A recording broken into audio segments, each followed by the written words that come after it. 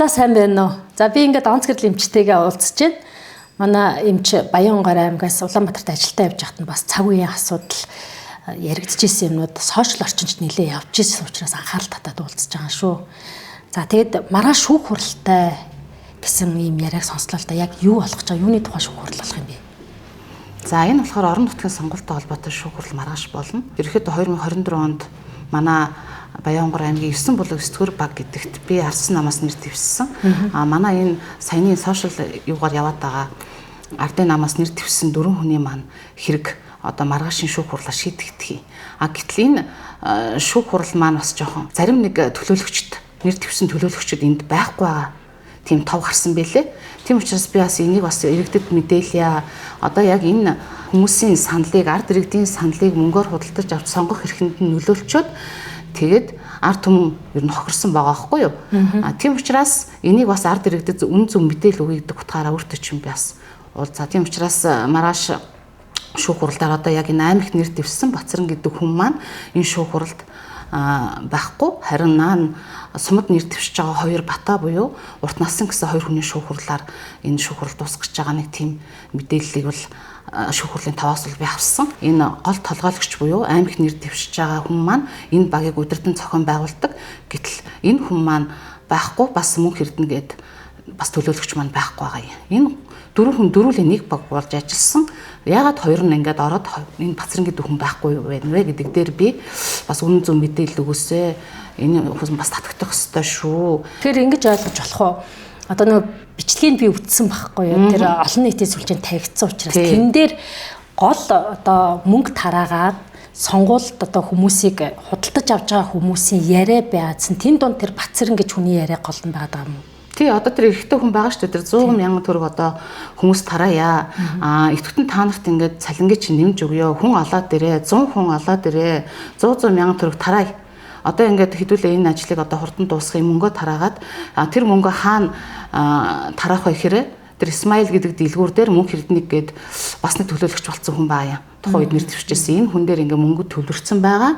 Тэнд очиод өөх юм өгөөд тэгээд сонгуулаа дуусгая гэд тэгэнгүүт наан бас нэг эмэгтэй яриад байгаа шүү дээ. Хаашаа тэр хүмүүсийг чинь дагуулаа. Тэр Исмаил руу явах юм уу? Тийм баларсан юм гэж юу ийсэ. Шууд одоо ингээд таньдаг хүмүүстэй өгчүүл яа тий. Данс мансаар нэг тэгэнгүүт нөгөө сая сонгогд одоо төлөөлөгч байгаа мөнх эрдэнэ маань юу яриад байгаа юм баталгааг нь хардсан байгаа үсттэй. Юу балараад байгаа ингээд. Энэ ерөөсөө удирдан зохион болгочны Бацран байгаа үсттэй. Манайха бүгд цуглаадах та. Бүгдээрээ нэг цуглаадах заа юу. Газ цуглаад дээр хэдүүлээ нэг газ яриад ганцхан цаг үлдлээ. За ялцээ тэгээд үлдсэн хүмүүсээ ерөөсөө чоо 100 мянган төгрөг өгье гэд чоо цоглол. Өөрсөнд чинь бол дэвтэр дөрвөө цалингийнш нэмж өгөн заяа. 100 мянган төгрөг нэмж өгөн дахиад үлдсэн байгаа юу сонгол өгөөгүй байгаа хүн болгоныг олж ирээд санал өгүүлээд. Тэс манайха энэ юунтай штаб дээр ирсэн. Тэгээд өштэй штаб дээр бол ирсэн байна. Мөнгө эрднийг бүү авчихсан заа юу. Нэгдүгээр асуудал нь. Тэгээ өөр саналыг нөгөөлээд шууд мөнгө эрдэн дээр авчиж ирээд юм аваад яваад байгаа гэсэн үг. Ерөнхийдөө за одоо тэгвэл таны хувьд яг ямар учиртай вэ? За Баянгор аймгийн сонгогч нар иргэд гэж байгаа. Та болохоор яг энэ хэрэгт маргааш болох шүүх хуралд ямар учиртай хүн юм? Уг нь бол би өөрийгөө хохирогч гэж бодож явсан юм. Гэтэл энэ хэрэг маань ер нь хохирогчгүй гэрчгүй хэрэг болчиход байгаа юм. Яагаад? Одоо сонгуулийн тухай хуулийн дээр бас нэг тийм сонгуулийн эрхийг зөрчсөн, сонгогчийн эрхийг зөрчсөн хуулийн дээр гэрчгүй хохирогчгүй хэлбэршүүлсэн гэдэг тийм эрх зүйн акт бас байх шиг байгаа юм. Тийм байдлаар яваад байгаа юм байна гэж би ойлгоо. 24 оны сонгуул явлаа. Өнөөдөр 26 2 жилийн дараа анхны шүүх хурал болох гэж байгаа гэсэн үү? Тий. Гэхдээ хэлбэршүүлтэн журмаар одоо шийдэх гэж байгаа. Тэгэхээр маш их цаг хугацаа алдчихэв тий. Тий алдсан. Тэгээд энэ хэрэгт голлож оролцсон хүмүүс буюу одоо тэр Бацран гэж хүний нэрийг би сайн тогтоосон байхгүй. Тэр хүн байхгүй болчиход байхад одоо маргааш хурал болоод шийдвэр гаргах чинь. Хоёр хүн нь одоо шийдвэрлэх гэдэг ах шиг байна. Голлогч нөгөө энэ хэргийг яг анхны юуг нь тавьсан хүмүүс нь алга болчиход байгаа. Тэгээд Бацран гэдэг хүнийг л одоо ер нь бол ахалсан хүн.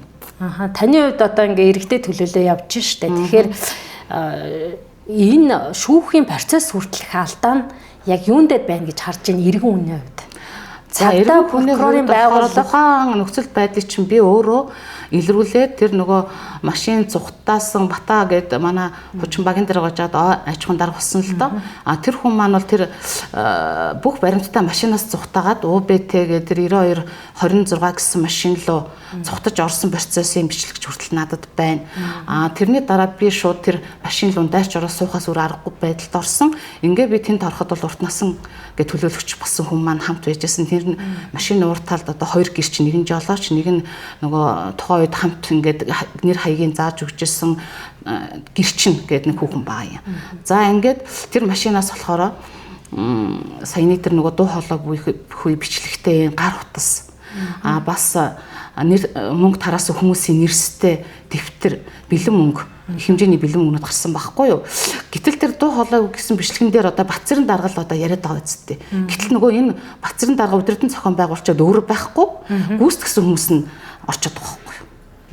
Тэгээ энэ асуудлын гол нь энд байгаа дээ шүү дээ. Удирдан зохион байгуулж сонгогч нарын эрхийг зөрчиж те худалдаа одоо энэ удахгүй бас нэг сонголт худалдаа авдаг тухай нэг хууль батлагдчихж байгаа юм. Тэгэхээр энийг л яг бодитоор хэрэгжүүлсэн эзэн гол хүмүүс маань байхгүй. Ерөнхийдөө цагдаа шүүхтэр бүх нотлох баримтууд байхад одоо цагдаа прокурор бол энэ дээр айгүй хариуцлагагүй ажилласан.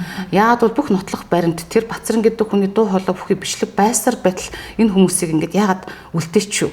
Тэгэхээр энэ цагдаа прокурорт нөлөөлсөн нөлөөл бас гадны нөлөөл байгаа юм болов гэж би бас хардаж сэрдэж байгаа. Та бүхэн одоо ингээд сошиал орчинд бас тэр яваадсэн бичлэгүүдийг бодиттой үнэн учраас баримт толгож нотлохоо олгож шүүхэд тэр хуулийн байгууллагуудад өгцөн гэсэн үг үү? Миний угаасаа би тэр бичлэгнүүдийг үзчихэд тэр машин дотор бол ингээд бүх процесс болсон шүү дээ. Тэгээд тэрийн ийм юмнууд байна шүү. Би юм баримтаар өгсөн шүү. Гэрчийн мэдүүлэгч хүртэл надад байгаа. Тухайн үед гэрчээр оролцсон. Тэг гэрчээр тухайн үед машин дотор байснараа би ийм хүмүүсийг ингээд илрүүлчлээ. Хурдан ирээд ингээд надад тусламж үйлчилгээ үзүүлээч. Цагдаагийн газрыг дуудаач гэдгийг намынхаа удирдлагт хэлээд нам маань дуудаад тэгээд цагдаагийн ирж хамгаалтанд аваад тухайн машиныг бүх нотлох баримттай цагдаагийн газар авчиад тэгээд нэгжлэг эдэр хийгээд бүх юмнуудыг авсан. Тэгэхэд бас байлцсан хүн явдаг гэж байгаа байхгүй. За Баян хонгорын цагдаа прокурор энэ Бацэрэн гэдэг хүний бичлэг дуу хоолой бүх юм байхад бүгд нотлох баримттайгаа очсон. Энийг бүгдийг үтсэн байхад яагаад энэ Бацэрэн гэдэг хүн Баян хонгорын яг цагдаагаас нь алга болчихоо, прокуророос нь алга болчихоо гэдэг дээр би бас төөрөлдөд байгаа. Тийм учраас тэр Баян хонгорын цагдаа прокурор энэ хүнийг яагаад шалгасангүй вэ? Энэ хүнийг яагаад энэ хэрэгээс ингээ молтолчваа? Энэ хүрийг ер нь дуудаж байцаалд авсан юм болов уу гэдгийг би бас сонирхож байгаа. Маргаашийн шүүх хурал дээр бас суух тийм юутай байгаа. Бодолтой байгаа. Тэгээд энэ хүнийг хэн нь ингээ суглаад алга болчихоо. Бацэрэн гэдэг хүн одоо ажил хийгээд явж л байгаа. Гэтэл энэ хүний бүх юм энэ цагдаа дээр нотлох баримттайгаа очсон багт энэ Бацэрэн гэдэг хүн алга болчиход байгаа байхгүй. Энэ дээр л би гайхав. Өөрөөр хэлбэл ингэж ойлгох нь тий. Иргэд үдсэн харсан зүйлээ баримтжуулаад цагдаагийн байгууллагад гомдол гаргаад хэрэг үүсгэгдээд шалгагдаад явж байхад яг гомдол гаргаж одоо энэ асуудлыг хариуцж исэн хүн Бацэрэн гэж хүнийг хянаж шалгасангүй өнөөдөр шүүхэд тэр хүн очихгүй байна. Шударга яс алдагдж байна гэдгийг та бүхэн хардаж бас хариуцлага нэгчээ гэж ойлгох юм тийм ээ. За маргаашийн шүүх хурал дээр ерөнхийдөө ард түмний эрхчлэгдээд байгаа байхгүй манай сэтгүүр багийн сонгогчдын эрхэнд ингээ халдаад мөнгө төрхтэй холбоотойгоор сонгогчдын одоо сонгуульд сонгох эрхэнд нь халдаад ингээд ард түмэн ерөнхийдөө хохирчод байгаа юм. Тэр утгаараа маргааш шүүх хурал маань бас ингээд шударгаар шийдэж өгнө баха. Бас энэ нэр холбогдож байгаа энэ Бацэрэн гэдэг хүнийг бас ахиж шалгуулах тал дээр анхаарах болов гэж би бас найдаж байгаа шүүх бол ард түмний төлд өөрчлөх ёстой маш том байгууллага. Би өөр шүүхт итгэж байгаа. Тийм учраас маргаашийн шүүх хурал надад бол маш тийм сонирхолтой. Бас би энэ хуралд бүр суух хүсэлтэй ч гэсэн өгсөн байгаа. Тэгээд маргааш шүүх хурлыг бол хэдүүлээ харъя да. Одоо энийг л одоо хүлээж ин да. За. Та бүхний бас зорьсон хэрэг бүтэх бах. Мэдээж эрэг шүүх засаглал хамгийн шударга одоо ард түмний талд үйлчлэх хэрэгтэй. Тийм, ард түмний талд ч вэ одоо хин нэгний талд гэхээс илүүтэй хамгийн зөв шударга юм шийдвэрийг гаргадаг учраас тухайн энэ асуудлыг зөвөр шийдэж өгнө гэдэгт итгэлтэй байна. Тэг ажилтнаа амжилт хүсье. За баярлалаа.